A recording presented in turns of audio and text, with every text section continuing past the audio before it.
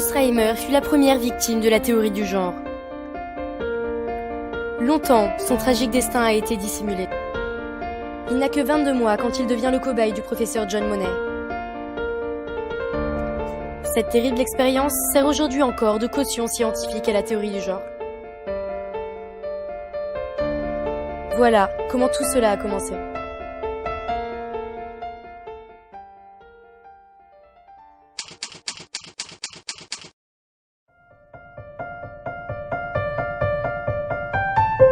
Janet Reimer est la mère de 2 petits garçons âgés de 9 mois. Bruce et Brian sont jumeaux. Dès leur plus jeune âge, ils éprouvent des difficultés pour uriner. Le médecin qui les suit diagnostique un phimosis et recommande de les opérer. L'opération est courante, c'est une simple circoncision. Le 27 avril 1966, les 2 petits garçons sont admis à l'hôpital Saint-Boniface. Le petit Bruce est le premier à passer sur la table d'opération. And then the doctor said there has been a slight accident. The penis has been burnt off from circumcision. Malheureusement, suite à un dysfonctionnement de la machine à cautériser, le chirurgien brûle irrémédiablement le pénis de l'enfant. And I could not comprehend what he was talking about because, you see, I thought they were going to use a knife. I didn't know there was electricity involved. I said, oh my God, what are we going to do now?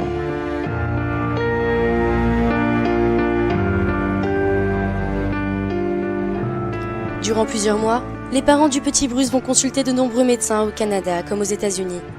Mais tous se déclarent impuissants. Alors que les parents de Bruce sont totalement désemparés et ne savent plus quoi faire, une émission de télévision va changer leur vie et celle de leurs enfants. Un dimanche soir de février 1967, alors que Janet et son mari sont devant leur télé, ils voient apparaître le professeur John Money sur l'écran. Dr. Money, it's still a pretty drastic procedure, isn't it? Well, it's a drastic procedure by your standards and mine. And I thought, here's our answer, here's our salvation, here's our hope. Les parents de Bruce décidèrent immédiatement d'écrire au professeur Money.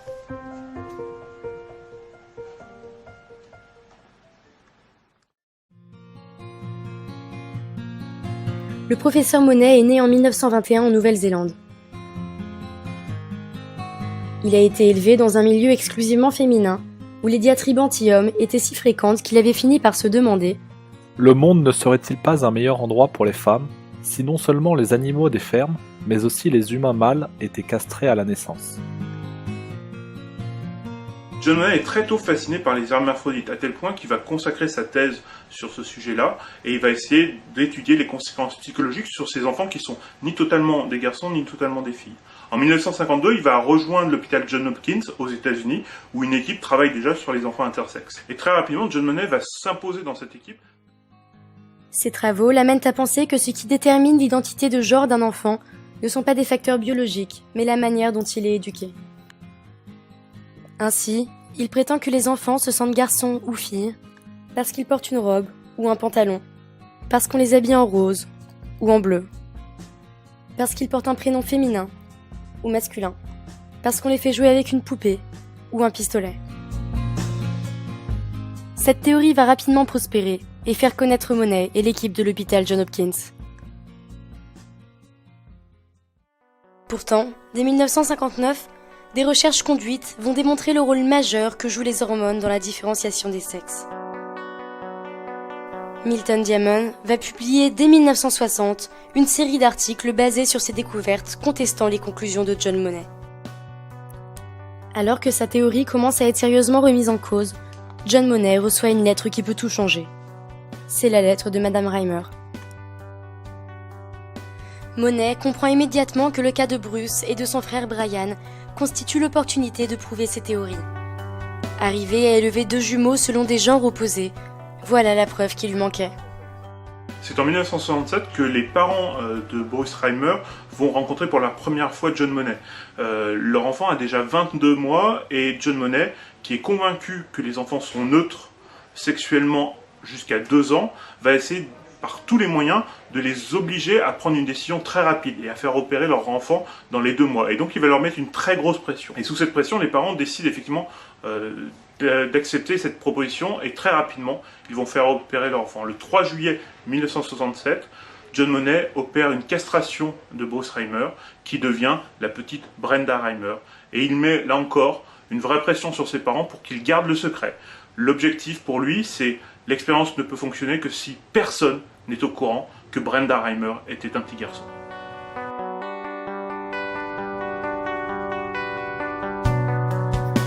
De retour chez eux, les parents Reimer suivent à la lettre les recommandations du professeur Monet. Ils habillent leur nouvelle petite fille en robe, remplacent ses jeux par des poupées, et tentent par tous les moyens de conforter Brenda dans son identité féminine. Malgré ses efforts et le temps qui passe, les difficultés apparaissent rapidement. Son frère, Brian, se rappelle. Ma sœur marchait comme un mec et ne s'intéressait qu'à des sujets et des jeux de garçons. Les parents de Brenda avaient également remarqué le malaise de leur enfant. I lied to myself. I pretended it was going to work. But when he was 2 years old and I put him in a dress, he tried to rip it off. Then I thought, oh my God, he doesn't want to be a girl. It was just so obvious to everyone, not just to me, that she was masculine. Mais suivant les instructions du professeur Monet, il n'avait pas le droit d'émettre des doutes. Il devait continuer l'expérience.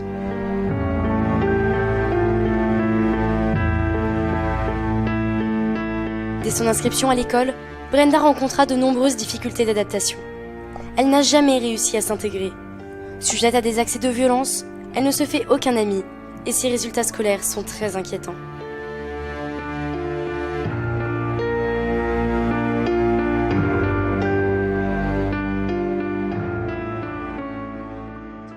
Les difficultés scolaires de Brenda Reimer vont amener ses parents à écrire au professeur Monet pour lui dire que ça ne fonctionne pas très bien. Il va tout faire pour minimiser ces difficultés. Il va même aller jusqu'à écrire à l'école de Brenda pour expliquer aux enseignants que les difficultés de Brenda Reimer sont passagères et qu'elles sont liées à une simple hospitalisation précoce. Il espérait ainsi mettre un terme aux inquiétudes avant la publication de son nouveau livre. Le 28 décembre 1972, lors d'un colloque à Washington, John Monet présenta son ouvrage Man and Woman, Boy and Girl, dans lequel un chapitre était consacré aux jumeaux Reimer. Dans ce chapitre, Monet a gommé toutes les difficultés rencontrées par Brenda, ainsi que les doutes de sa famille et de ses professeurs. Son objectif, présenter cette expérience comme un grand succès. Il écrit, en comparaison de son frère jumeau, Brenda apparaît comme un remarquable contraste. Brian s'intéresse aux voitures, aux stations-service, aux outils, alors que Brenda, prétend-il, est fascinée par les poupées et les maisons de poupées. Il conclut, les jumeaux incarnent une miraculeuse division des goûts, du tempérament et des comportements le long de la ligne du genre. Pour Monet, cela apparaît comme le test ultime que l'on n'est pas garçon ou fille, mais que l'on est construit comme cela. Ce livre remportera un succès immédiat.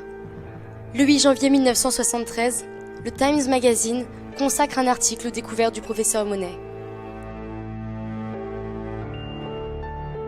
Le New York Times Books Review fait également la promotion du livre, en affirmant « Si vous dites à un garçon qu'il est une fille et que vous l'élevez comme cela, il voudra faire des choses féminines. » Pour le magazine Sociology, les travaux de John Monet prouvent que les enfants peuvent facilement être élevés comme un membre du sexe opposé. John Monet réussit son coup, ses travaux sont rapidement popularisés, et dès 1972, Anne Oakley, qui est une sociologue britannique, va reprendre l'expérience de John Monet comme une réussite, expliquer que c'est une réussite et qu'elle prouve qu'on peut élever un enfant indifféremment, comme un garçon ou comme une fille, que ce n'est pas traumatisant. À partir de cette expérience-là, elle va la généraliser à la sociologie et se dire que puisque ce n'est pas la biologie qui fait d'un enfant un garçon ou une fille, ce sont des normes sociales, et que ces normes sociales, il est totalement légitime de les déconstruire, de les démonter, et ça va être tout le travail de la théorie du genre. Pour Brenda, les difficultés s'accumulent. Ses résultats scolaires virent à la catastrophe et elle est sujette à des crises de colère. Inquiet, ses parents alertent le professeur Monet.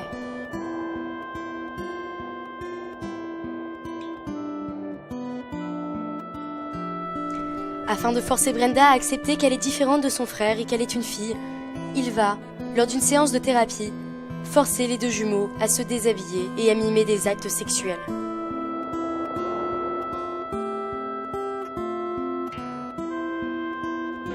David told us what Dr. Mani had done long after we had stopped seeing him. And we were horrified. We thought, how could this happen to children? Cela ne fait qu'aggraver la situation. Brenda est de plus en plus mal dans sa peau. Elle menace ses parents de se suicider s'ils l'obligent à revoir le professeur Monet et à poursuivre son traitement. Elle n'a alors que 14 ans. Face à cette détresse persistante, le 14 mars 1980, son père lui révèle qu'en réalité elle est née garçon. Aussitôt, Brenda décide de mettre fin à son traitement. Elle demande aussi à changer de prénom. Désormais, elle s'appellera David. I said, okay, are you sure? Because there's no going back after. And he said, yes, he said, yes, I'm sure that is what I want to do. L'expérience de Monet vient de tourner au fiasco. Le 2 juillet 1981, à 16 ans, David Reimer reprend le chemin de l'hôpital. Les chirurgiens vont lui reconstruire un pénis très rudimentaire. 5 ans plus tard, en 1986, les médecins pratiquent sur lui une phalloplastie complète, lui permettant de retrouver en partie l'usage de son sexe. Pendant ce temps, John Monet va tout faire pour éviter que l'échec de son expérience soit révélé. En 1979, une équipe de la BBC va s'intéresser au cas des jumeaux Reimer. Le professeur Monet va se montrer très coopératif, jusqu'au moment où il apprend que les journalistes sont allés interroger les médecins et le psychanalyste qui suit Brenda et Bruce. De peur que son secret soit éventé, il mit fin à l'entretien et appela immédiatement les parents Reimer pour leur interdire de parler aux journalistes. En 1987, Monet reçoit un prix pour ses travaux. Lorsqu'il reçoit sa récompense, dans son discours de remerciement, le professeur Monet va continuer à prétendre que son expérience est un formidable succès. En France, la majorité des manuels qui sont utilisés par les étudiants en études de genre continuent à prétendre que l'expérience de Monet est un succès.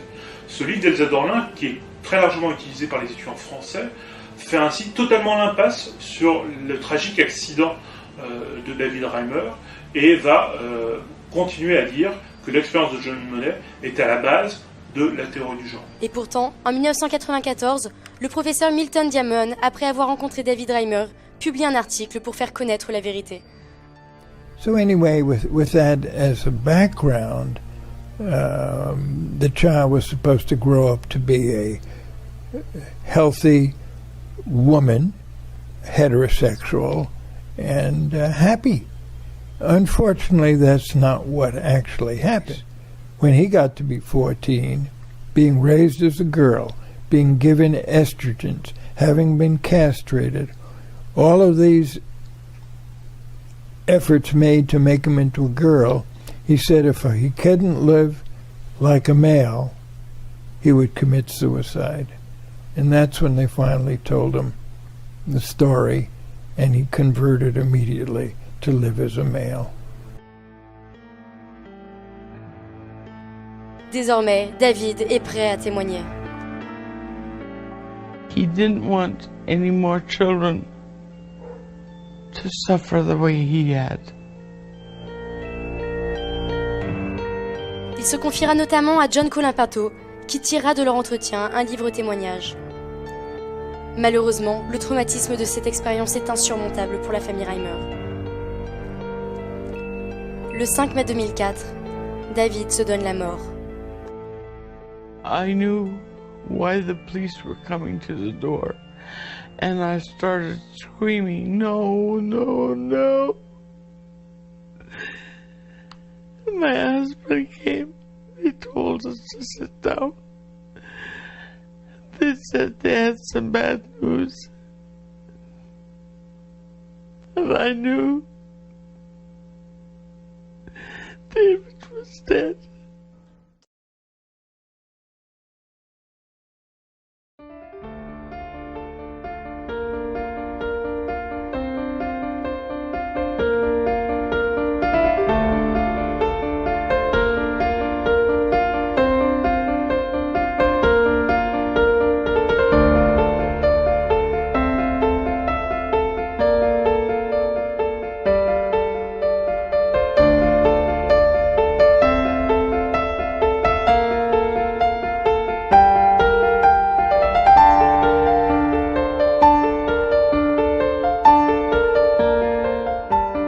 Cette expérience sert aujourd'hui encore de caution scientifique à ceux qui prétendent que l'on peut choisir son genre pour devenir un homme, une femme ou un sexe neutre.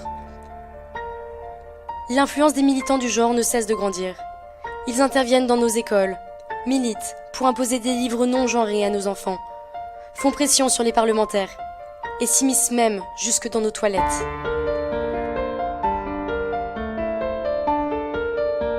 Tout cela au nom d'une théorie qui a brisé la vie de David Reimer et de sa famille.